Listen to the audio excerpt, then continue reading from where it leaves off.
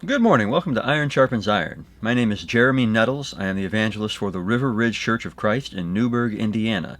If you'd like to reach out to us with comments or questions or with a request for a topic on a future TV show, then feel free to call us or text us at 812-550-6234 or email us at info@riverridgechurch.org. We would love to get back to you through either of those methods. You can also find us in person at 5600 Van Road in Newburgh, and you can find us at 9 a.m. on Sundays for our Bible study, and then 10 a.m. for our worship period. We also gather at 4 p.m. for another worship period, and at 7 p.m. for a Bible study on Wednesday evenings. I also encourage you to check out our YouTube channel, which you can find by just going to youtube.com/River Ridge Church of Christ. We'd appreciate it if you'd subscribe, and then you'll get notifications of all of the future videos that come up. Each one of these TV programs goes on to YouTube after it airs, as well as on Facebook for that matter. And you can also find then our backlog of live stream worship services. I try to put the titles in so that you can see pretty easily what was the topic of the lesson in each given service. You can also find our radio show on Sunday afternoons at 2 on 98.5 FM and also on 1400 AM. On that show, about every other week I take one of the previously aired TV programs and put its audio onto the radio. Now, since they're not exactly the same length and not everything that was visible on the screen always translates very well to an audio-only format, I go through and edit those down a little bit, and that gives me an opportunity to listen through some material that I presented in the past. Regular viewers will be aware of our ongoing series covering the whole Bible. We've been doing a book or sometimes an overview of a couple of books about every other week here for some time. Well, I did one out of sequence about a year ago, jumping the gun and looking at an overview of the book of Revelation, because, as I said in that show, notwithstanding the incredibly varied interpretations of major symbols in Revelation, there are some clear answers to be found. And John received those visions from God at a time when history was about to get rather complicated, sort of like what's been happening for the past couple of years. I've noted some parallels, and I've mentioned that a lot of what we see in Revelation is coming true today. Now, before you put on your tinfoil hat, let me temper that statement a hair. It also came true in the early 2nd century A.D. and in the 4th century, and many other times since.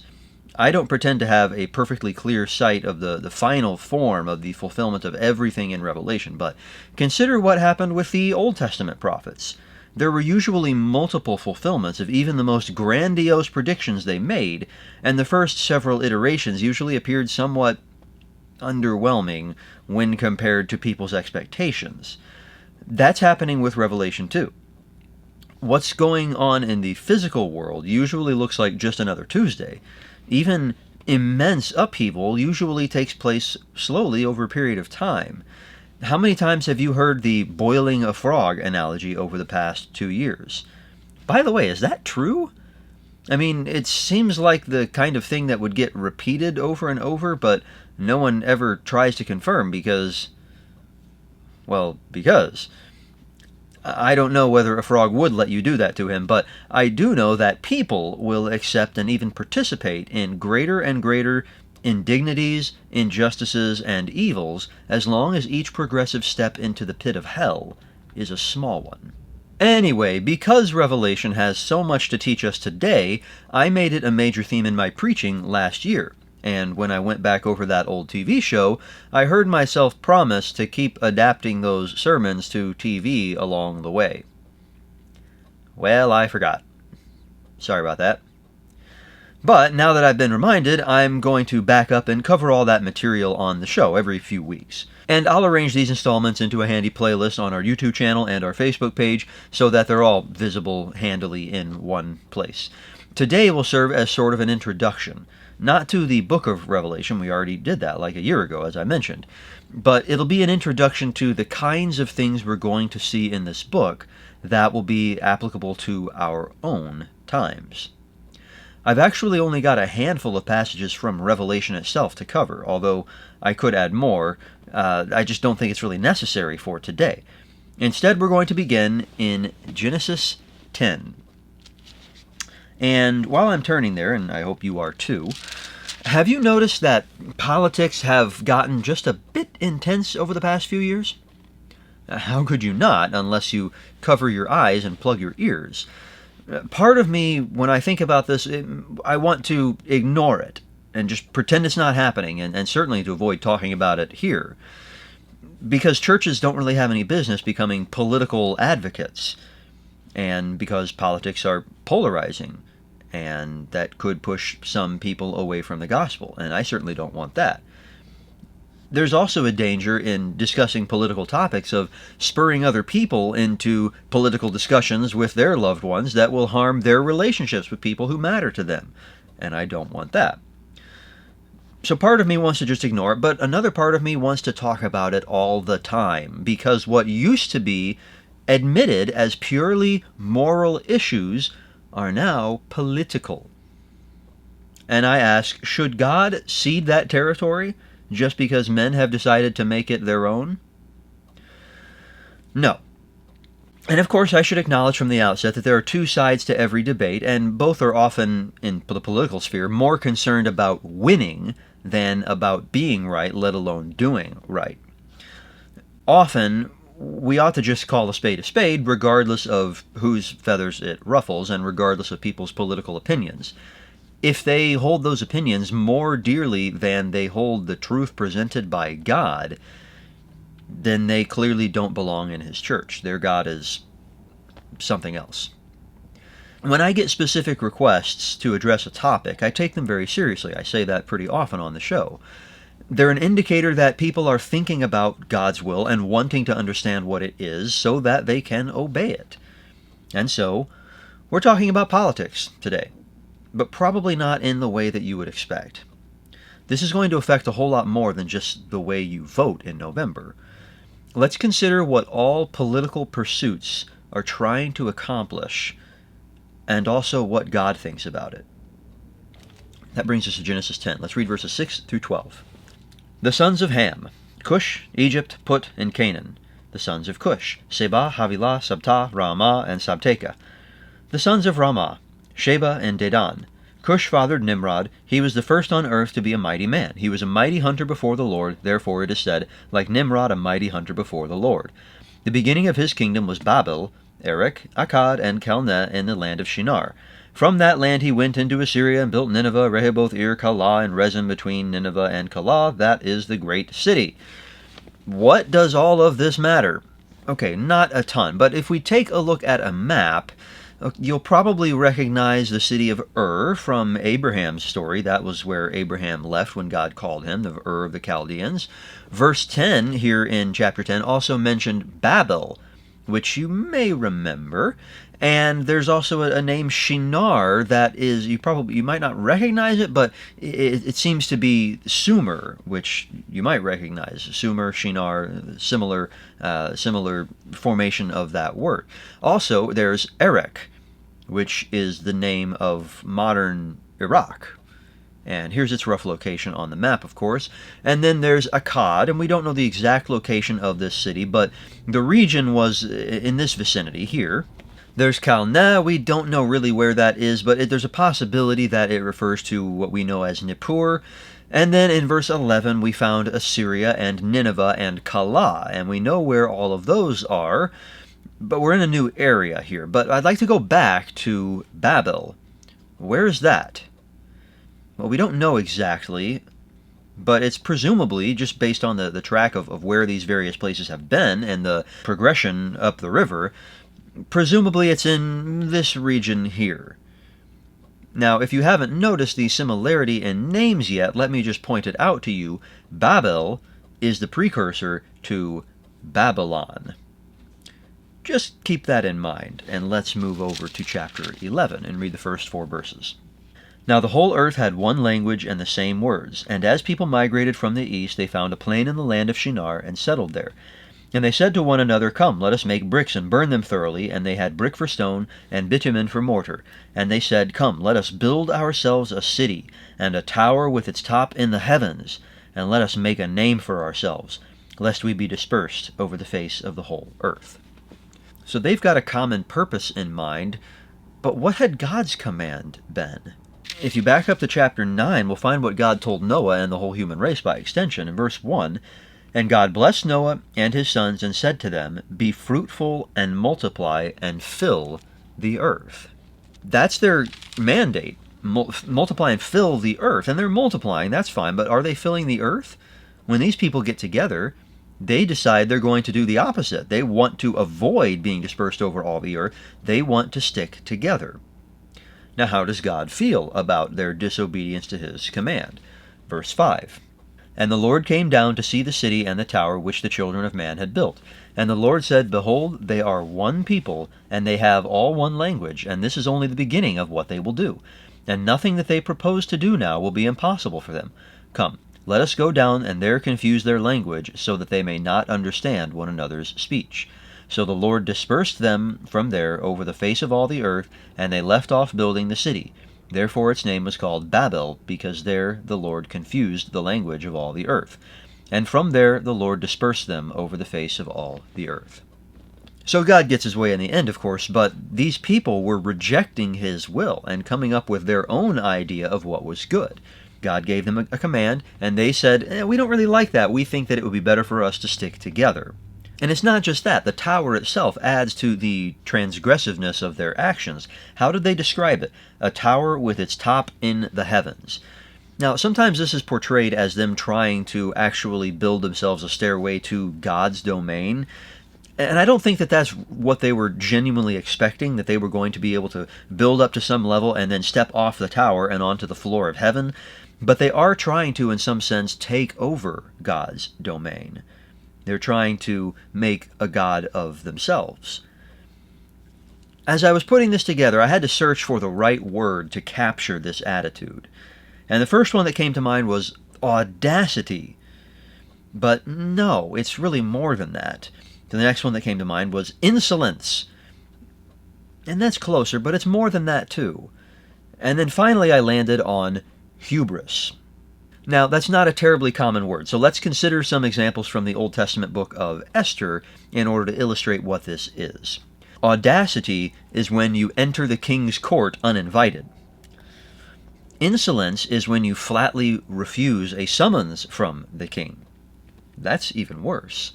Hubris is when you try your hardest to murder the queen and her entire nation because you don't like one of her relatives. What is the king's response to each of those in the book of Esther? Well, the king may forgive audacity. He forgave Esther's audacity when she came into his court. He's quite likely to punish insolence. He did punish his previous queen Vashti's insolence when she refused to come when he called her. But he will be enraged and kill you and all of your children for hubris, as he did with Haman in that story. And that's the level of outrage that the people of Babel are committing against God. They're going grossly beyond their rights, grossly beyond their reasonable aspirations, and God is not happy with this. Babel ended then. God dispersed them, confused their languages, they left off building the tower, and that was it. But Babylon lived on. God raised up Babylon a long time later to punish his people.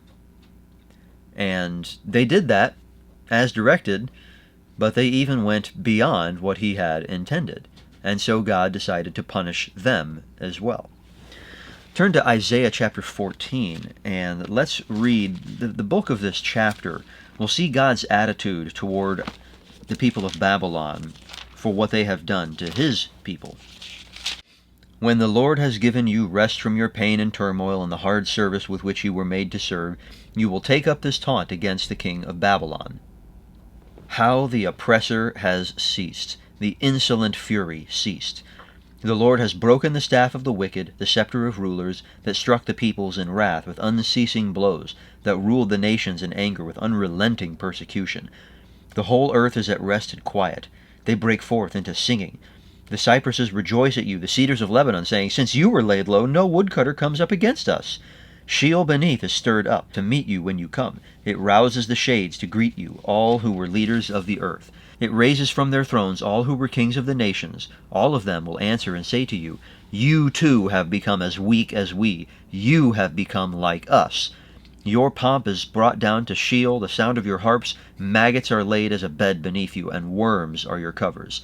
How you are fallen from heaven, O day star, son of dawn!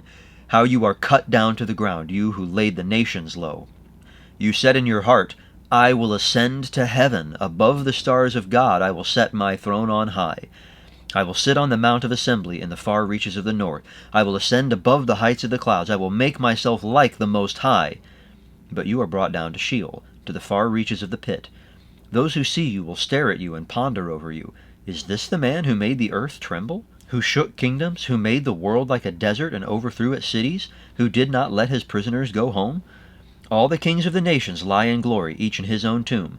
But you are cast out, away from your grave, like a loathed branch, clothed with the slain, those pierced by the sword, who go down to the stones of the pit, like a dead body trampled underfoot. You will not be joined with them in burial, because you have destroyed your land, you have slain your people. May the offspring of evildoers never more be named. Prepare slaughter for his sons because of the guilt of their fathers, lest they rise and possess the earth and fill the face of the world with cities. I will rise up against them, declares the Lord of hosts, and will cut off from Babylon name and remnant, descendants and posterity, declares the Lord. And I will make it a possession of the hedgehog and pools of water, and I will sweep it with the broom of destruction, declares the Lord of hosts.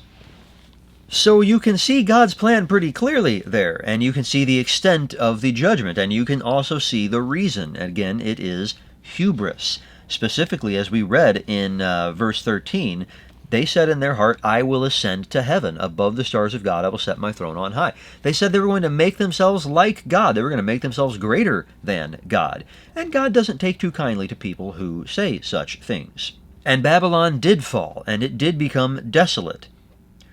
But it wasn't exactly forgotten. And that brings us to Revelation chapter 17. Let's read the first few verses. Then one of the 7 angels who had the 7 bowls came and said to me, Come, I will show you the judgment of the great prostitute who is seated on many waters, with whom the kings of the earth have committed sexual immorality, and with the wine of whose sexual immorality the dwellers on earth have become drunk. And he carried me away in the Spirit into a wilderness, and I saw a woman sitting on a scarlet beast that was full of blasphemous names, and it had 7 heads and 10 horns.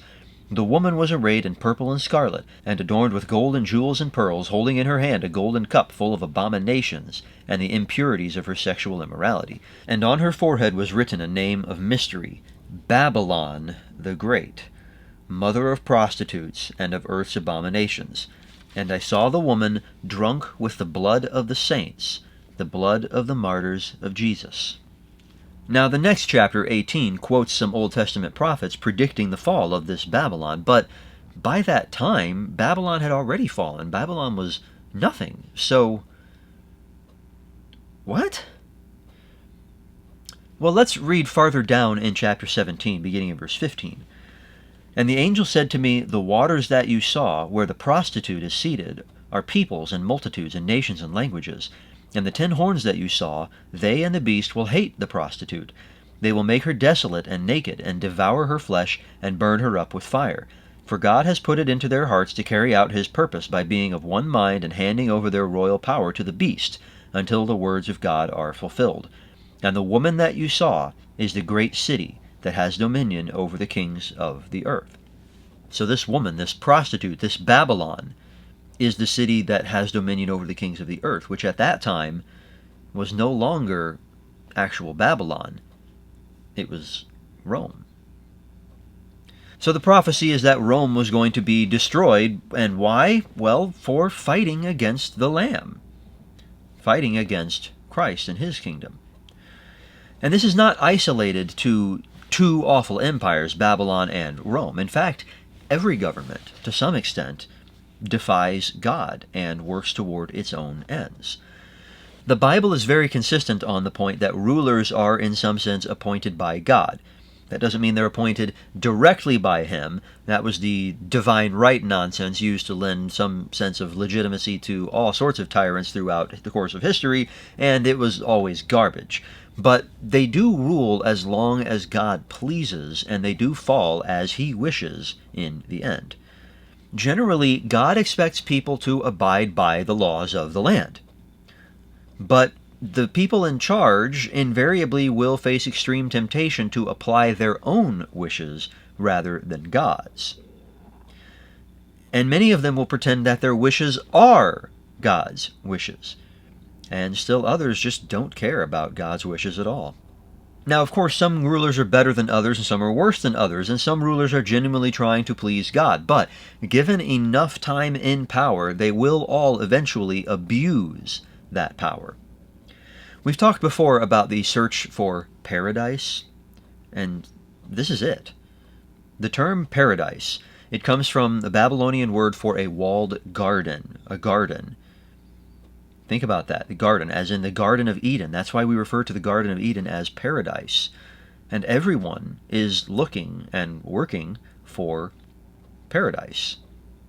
Governments are seeking some form of paradise.